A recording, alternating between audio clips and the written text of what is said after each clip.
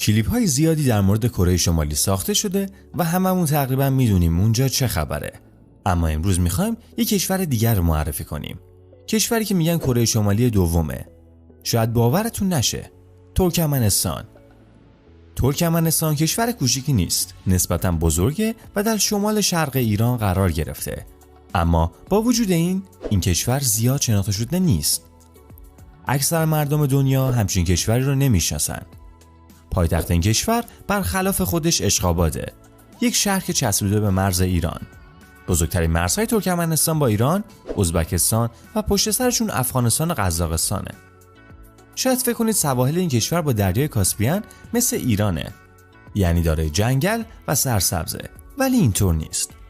سواحل شرق کاسپیان تماماً کویره و بیشتر کشور ترکمنستان کویریه که یک بیابون بزرگ هم در دلش قرار گرفته، اونم به اسم قرقم. یک رودخونه مهم هم اینجا وجود داره که آمودریا گفته میشه که در ایران باستان بهش رودخونه جیهون هم میگفتن. ترکمنها سالهای سالی در این منطقه زندگی کردن، اما تشکیل این کشور از زمان شوروی اتفاق افتاده. ترکمنستان در سال 1991 یعنی سالی که شوروی فروپاشید مستقل شد.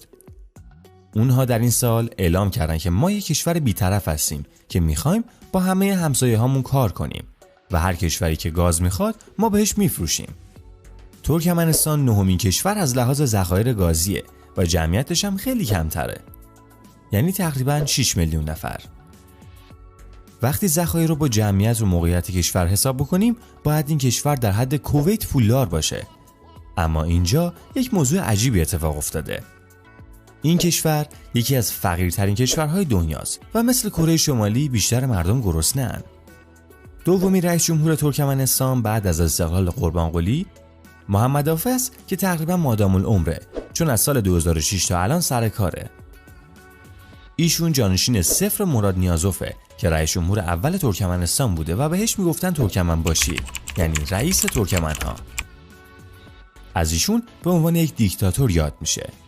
اون نه تنها در اشخاباد مجسمه خودش رو در شهر ساخته، بلکه مجسمه سگش رو هم از طلا ساخته و اونم نزدیکی مجسمه‌های خودش گذاشته. صفر مراد نیازوف در سال 1999 به اندازه کل کشور ساعت سفارش میداده و یه دونه به جمعیت کشور میده. اما روی صفحه ساعت یک پرچم ترکمنستان و عکس خود آقای نیازوف هم هست. در زمان ایشون غربی‌ها به این کشور یک لقب داده بودن. اونا میگفتن که ترکمنستان یک کشور فاشیستیه که از شوروی جدا شده. نیازوف درست مثل کیم جونگ اون مرتب به مردمش دروغ تحویل میده. دروغ‌های شاخدار. مثلا میگفت ما 5000 ساله که اینجا تمدن داریم و این اولین در زمان منه که ما اینجا مستقلیم. یعنی منظورش این بوده که 5000 سال پیش هیچ موقع مستقل نبودن. هر جای ترکمنستان که بری عکس بزرگ آقای ترکمنباشی رو میبینی. تو این کشور اگه میخوای گواهینامه رانندگی بگیری یک سری از سوالات مربوط به رهبر این کشوره. ترکمنباشی وقتی اومد سر کار اسم ماه‌ها رو تغییر داد. یعنی ژانویه رو میذاره ترکمنباشی، یعنی اسم خودش. فوریه رو میذاره بایتاک، یعنی پرچم ترکمنستان. مارچ رو میذاره نوروز، چون میدونید که نوروز رو کشورهای خاورمیانه جشن میگیرن. یا مثلا ماه آپریل رو میذاره قربان سلطان که اسم مادر ترکمنباشی بوده. در هر صورت اون اسم کامل ماه‌ها رو تغییر میده و در هر صورت نیازوف رو بنیانگذار ترکمنستان نوین میدونن. حالا یه خورده بریم عقب‌تر ببینیم که آقای ترکمنباشی چطوری به قدرت میرسه. ایشون همیشه یکی از اعضای مهم حزب کمونیسم شوروی بوده. در زمان شوروی هم این آقا قدرت زیادی داشته و کنترل گاز ترکمنستان دست خودش بوده. وقتی که شوروی فرو میپاشه و 15 تا جمهوری ازش جدا میشن، ترکمنستان هم میفته دست پرقدرت ترین مرد اون زمان، کسی که شیر گاز دستش بوده. کشورهای نزدیک ترکمنستان بجز ایران گاز قابل توجهی ندارن. این آقا دروازه‌های این کشور رو میبنده، مردم رو ساکت میکنه و اجازه نمیده کشورهای خارجی سرمایه گذاری کنن. مردم ترکمنستان کوچکترین اظهار نظری نمیتونن داشته باشن. همه چی دست دولته. در واقع تو این کشور هیچ شغل خصوصی وجود نداره. بعد از کره شمالی این کشور بدترین اینترنت دنیا رو داره.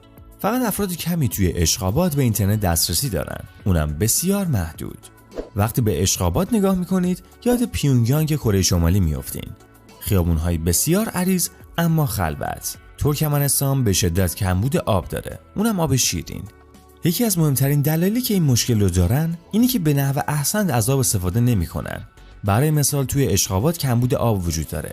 با این حال فواره‌های زیادی از آب هست که برای زیباسازی شهر استفاده شده. این فواره‌ها همشون آب شیرین رو پمپ می‌کنن. تو این کشور چیزهای عجیب زیادی غیرقانونیه.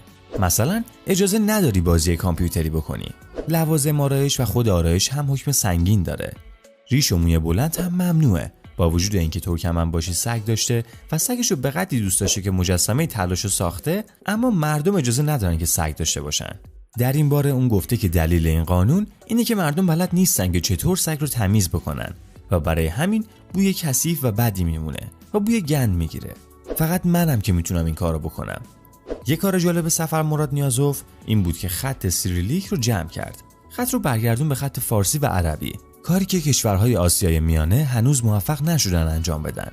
یه کار خیلی بدی که آقای نیازوف انجام داد این بود که مدارس رو طوری مهندسی کرد که چیزهای بی ربطی به بچه‌ها یاد بدن و جامعه به نحوی به سمت بیسوادی حرکت میکنه.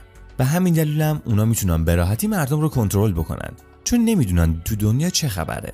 سخنرانی این دوتا رئیس جمهور ترکمنستان در طول تاریخ بسیار شنیدنی بوده. اونها به مردم میگن که شما تو بهترین کشور دنیا زندگی میکنید.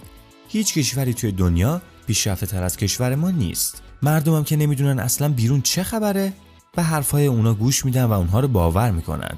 جالبه بدونید که حرف زدن علیه رئیس جمهور یا هر شخصی که توی دولت فعالیت میکنه یک جرم بسیار سنگین محسوب میشه.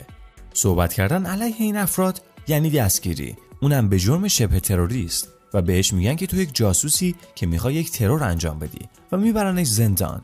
90% مردم ترکمنستان مسلمونن. اما قسمت خنده‌دار اینجاست که آقای نیازوف به مردم اعلام کرده که من پیامبر جدید اسلامم و بهشون گفته که شما باید قرآن جدید رو بخونید و اونم اینه، روحنامه. ایشون عکس خودشو توی روحنامه هم زده. آدم میمونه که به حال این افراد بخنده و گریه کنه، چون قشنگ 6 میلیون آدم داخل کشور اسیرن. برگردیم سر موضوع خودمون. بعد از اینکه آقای نیازوف به عنوان رئیس جمهور جدید انتخاب شد و کارش رو شروع کرد، قوانین رو تغییر داد و 17 سالم هست که هیچ تغییری به اونها نداده. این کشور نه تنها به صورت کمونیستی اداره میشه، بلکه دارای سیستم استالینیه که بهش میگن نئو استالینیسم، یعنی خشن‌ترین دولت. مردم ترکمنستان حقوقی نزدیک به ماهیانه $16 دارن. توی این کشور به راحتی به شما ویزا نمیدن و اگرم بدن نهایت میتونید تا اشخابات برید و فقط 3 روز اونجا بمونید، اونم تحت نظارت کامل دولت. نهایت کاری که میتونید بکنید که بیشتر از 3 روز اونجا بمونید اینه که برید داخل اشخابات و از آقای نیازوف بد بگید. با این کار به جای اینکه 3 روز توی اشخابات بمونید، حداقل 13 سال توی اشخابات میمونید، منتها توی زندانش. لطفا نظرات خودتون رو کامنت کنید و نظر خودتون رو درباره کشور همسایه یعنی ترکمنستان بگین. با لایک و سابسکرایب از کانال من حمایت کنید.